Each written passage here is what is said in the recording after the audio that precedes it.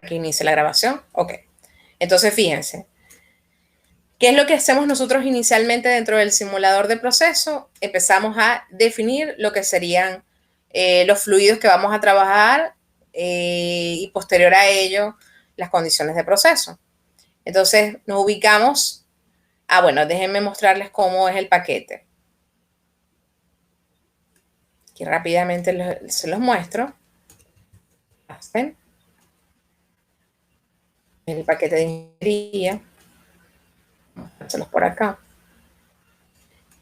Consta de las herramientas de evaluación económica, la herramienta de dimensionamiento de equipos, el HYSYS, que es un simulador de proceso, el Aspen Plus, que es un simulador de proceso igual. HYSYS, básicamente destinado para la industria petrolera y gasífera, el Aspen Plus para la industria de los alimentos, petroquímica, química, también farmacia, el Propetis igualmente diseñado para la misma industria. Y bueno, hay otras aplicaciones más como es el Simulation Workbook, que es una plantilla en Excel que me permite llevar los datos de proceso del Aspen. Pero bueno, eso no es interés para este curso en particular. Eso es para que las conozcan. Entonces, lo primero que hago dentro del simulador es que me ubico dentro del ambiente Properties, ok, una vez que abra mi simulación y defino los componentes. ¿Quiénes van a ser los componentes dentro de mi simulación? Los componentes van a ser el benceno y la ortotoluidina. ¿Ok? Los ubico dentro de la bandeja de datos del simulador Aspen HYSYS. ¿Por qué utilizo Aspen HYSYS? Bueno, es uno de los simuladores que más utilizado para la industria en la que la mayoría de mis estudiantes se manejan, pero también pudieran utilizar el Aspen Plus, ¿ok? Para este ejercicio, cualquiera de las dos herramientas. Una vez que ya definan los componentes, recuérdense que las propiedades que vimos, como era capacidad calorífica, viscosidad, gracias al simulador de proceso, al seleccionar esos componentes, él inmediatamente me basea o me calcula todos esos datos en función de las temperaturas y presiones que yo vaya a definir dentro de mi simulación. Esa es una de las bondades que tiene el simulador de proceso. En una hoja de Excel, tú tienes que acudir a los datos de tablas, bien sea de un libro o de ciertas tablas, por lo menos puede ser de los manuales del Chemical Engineering, del Perry, pues, o de otros elementos donde ustedes puedan ubicar esas propiedades. Gracias a las herramientas de la simulación, esto se puede hacer rápidamente, definiendo solamente los componentes. Luego de allí, seleccionaríamos el paquete de proceso. El paquete recomendado para este fluido en particular es ideal o NRTL. Pueden seleccionar cualquiera de los dos. Ya una vez que yo tengo definido el paquete termodinámico y los componentes, obviamente esto es un intercambiador carcasa tubo, no es un proceso como tal, sino que simplemente definimos los componentes involucrados, ¿ok? No vamos a meter con vapor ni con otras cosas que pudieran necesitarse para otros tipos de intercambiadores de calor, además de nitrógeno u otros elementos que pudieran ser utilizados para abrir válvulas, cerrar válvulas. Recuerden que esto es solo para modelar lo que sucede dentro del proceso. Muy bien, entonces después que ya estoy acá, procedo a realizar mi diagrama de flujo de proceso. Por favor, yo quiero que me indiquen si me están siguiendo o no. Si los muchachos que me están siguiendo, Emily, Luis, Nicandro, Israel creo que no está dentro de la sesión, ni tampoco Jesús. Sin embargo, bueno, ya estoy grabando la información. Por favor, bien. Gracias, Luis.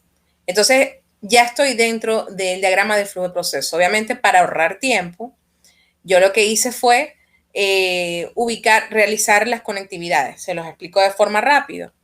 Lo que yo hago inicialmente es colocar, arrastrar dentro de mi diagrama de flujo de proceso estas corrientes que son de color azul. Las corrientes de color azul lo que son corrientes de materia y energía.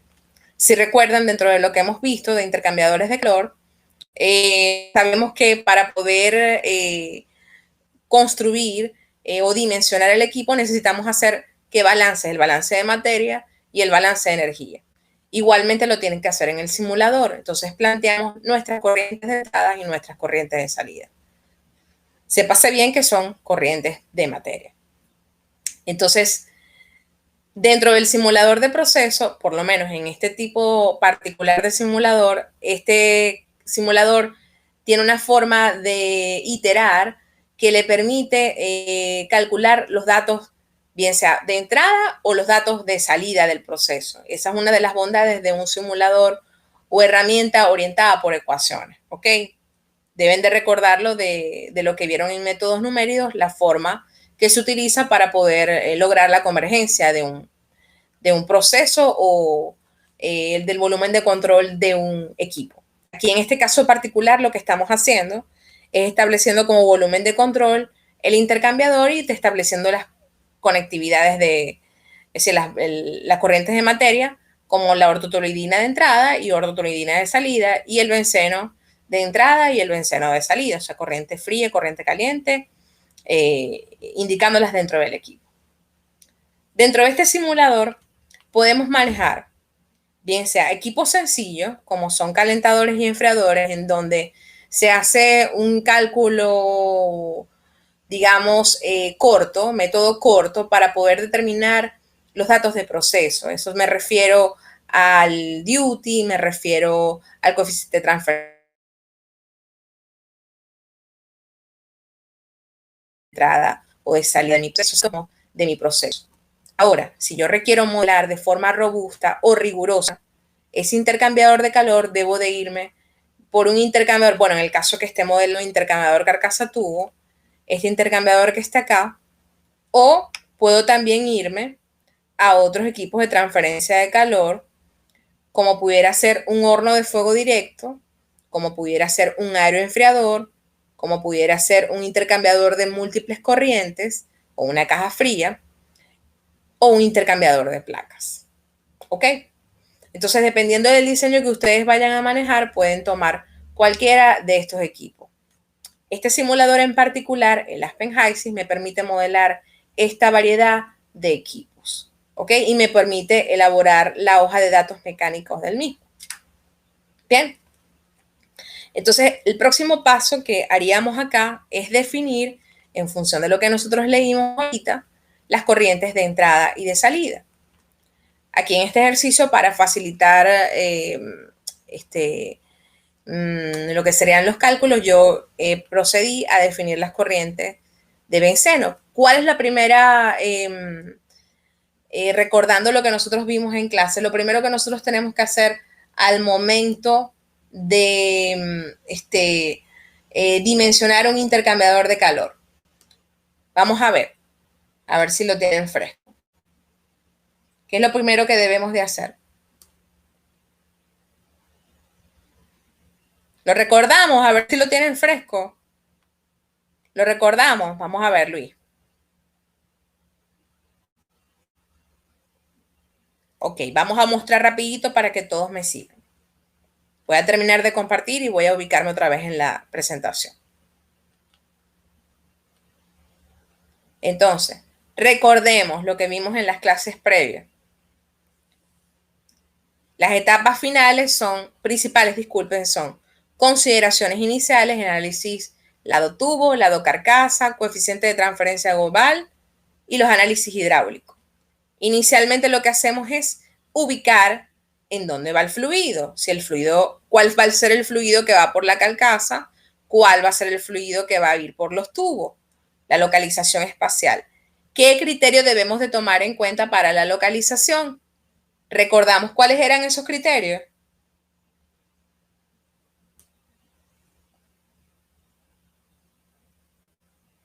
Recordamos si hablamos de un fluido viscoso, si hablamos de un fluido turbulento, si hablamos de un fluido que era corrosivo, si manejaba altas temperaturas, cuáles eran esos parámetros de diseño que teníamos. Correcto. Entonces, en función de esto, nosotros tenemos benceno y ortotoluidina.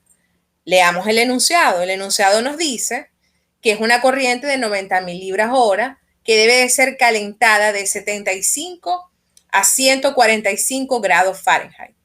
Y la otra corriente es la de ortotoluidina, que va a ser la corriente fría. ¿Qué es lo que me dice mi instinto? ¿Cuál debe de ir por los tubos? ¿Cuál es la que debe de ir por los tubos?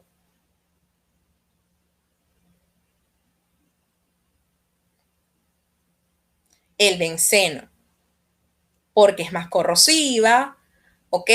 Porque tienes que revisar el coeficiente de ensuciamiento, el que genera mayor ensuciamiento dentro del equipo, es más fácil de operar el benceno por los tubos que la ortotoluidina. Entonces, por esa razón, ya sabemos que el fluido del benceno, es decir, la corriente caliente, va a ser la que va a pasar por los tubos, la que va a ser calentada. ¿Qué otro criterio tenemos aquí? Bueno, en función de lo que ya hemos visto, las presiones, ¿cuál va a ser el límite de la caída mínima que debe de haber? Debe de ser, o sea, puede estar por debajo de 10 psi, no puede pasar de 10 psi. Esos son unos elementos importantísimos a considerar. Volvamos a compartir pantalla.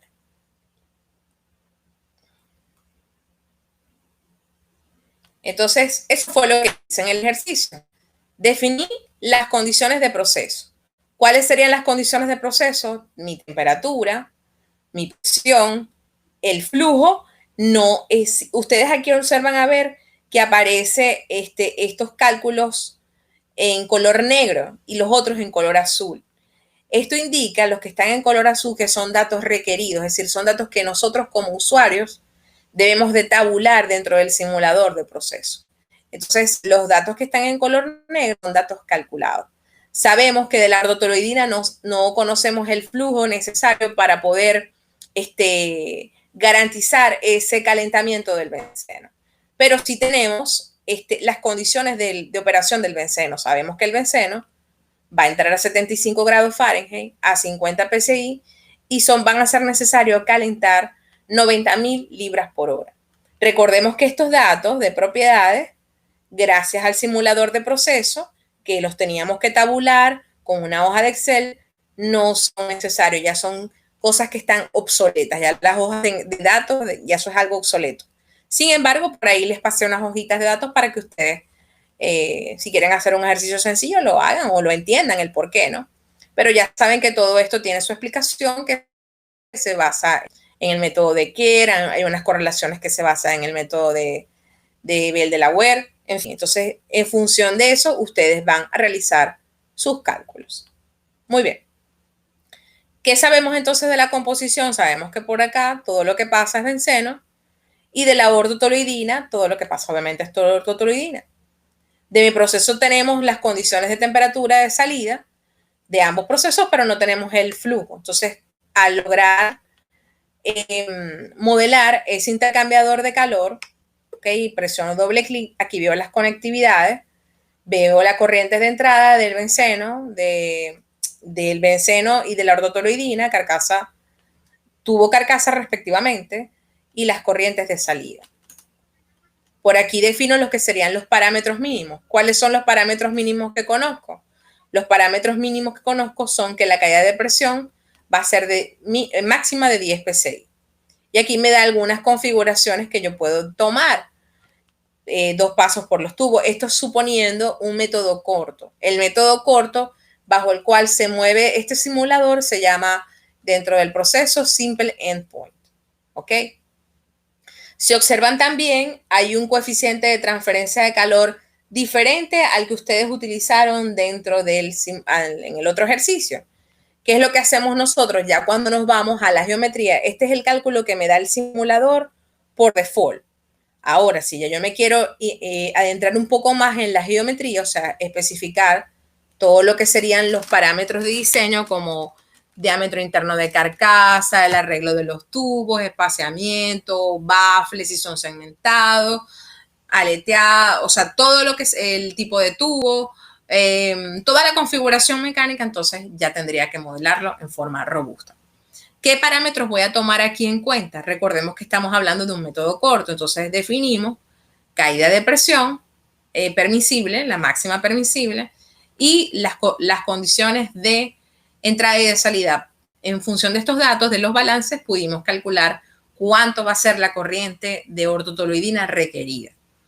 Y por acá tenemos una pestaña que me da lo que sería la hoja de trabajo, el balance de materia de estas corrientes, o sea, temperatura, presión y flujo, o sea, parámetros elementales de mi proceso para poder poder tener como base de partida al momento de modelar en forma robusta. De aquí observo el desempeño. El desempeño o el componente global que tiene el equipo, que me están dando el duty o la carga calorífica requerida, me están identificando el UA, coeficiente de transferencia de calor, el diferencial de temperatura media logarítmica, y puedo ver otros detalles, pues, como serían los perfiles de temperatura y de presión, entre otros elementos. Muy bien, ¿eso está claro hasta acá, por favor?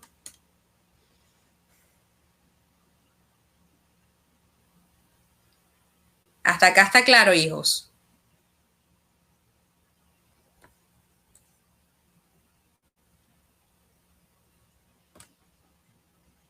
Perfecto, entonces voy a pasar a mostrar cómo sería el comportamiento ahora con el intercambiador modelado robusto, es decir, con las características que consideramos, o sea, la configuración mecánica tal cual como lo hicimos en la hoja de Excel. Me voy a salir de acá y voy a abrir una hoja que ya tenía lista previamente, que es ya el modelado del intercambiador de forma robusta. En forma robusta, lo que me hace es que me lo vincula con el Exchanger Design Rating, que es para trabajar con lo que serían los planos mecánicos, la hoja de datos y tener todo, calcular cómo será la configuración de mi equipo en función de los datos de proceso. Recuerda que calculamos el Q requerido, el Q disponible, todos esos datos que hicimos en la hoja, ahora los vamos a hacer considerando la geometría del intercambiador de calor. En aquella hoja nosotros iteramos con varios pasos, o sea, considerando número de pasos por tubo, considerando los diámetros de carcasa. Aquí bajo esta modalidad no es necesario hacer eso, sino que el simulador me realiza todo eso en función de lo que yo le defino.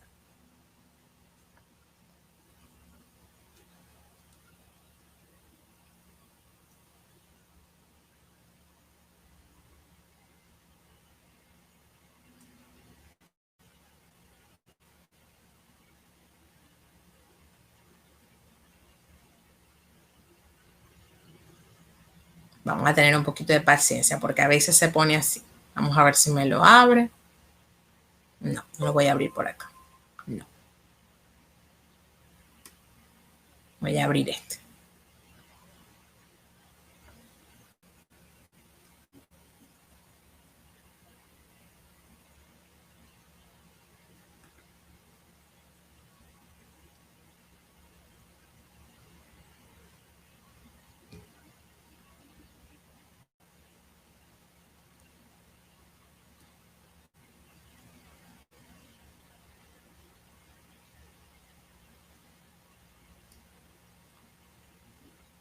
A veces se me pueden presentar esos problemas de licencia. No me había pasado, pero a veces puede pasar.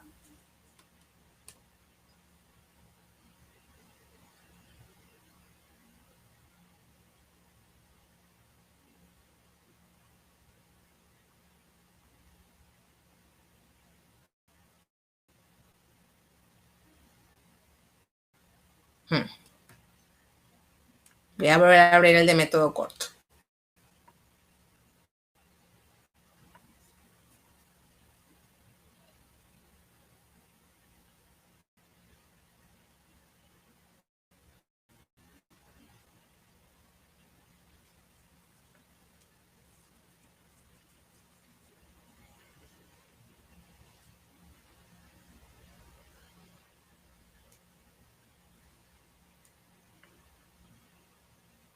Debe de ser que quedó una sesión allí. Voy a dejar de grabar un momentico mientras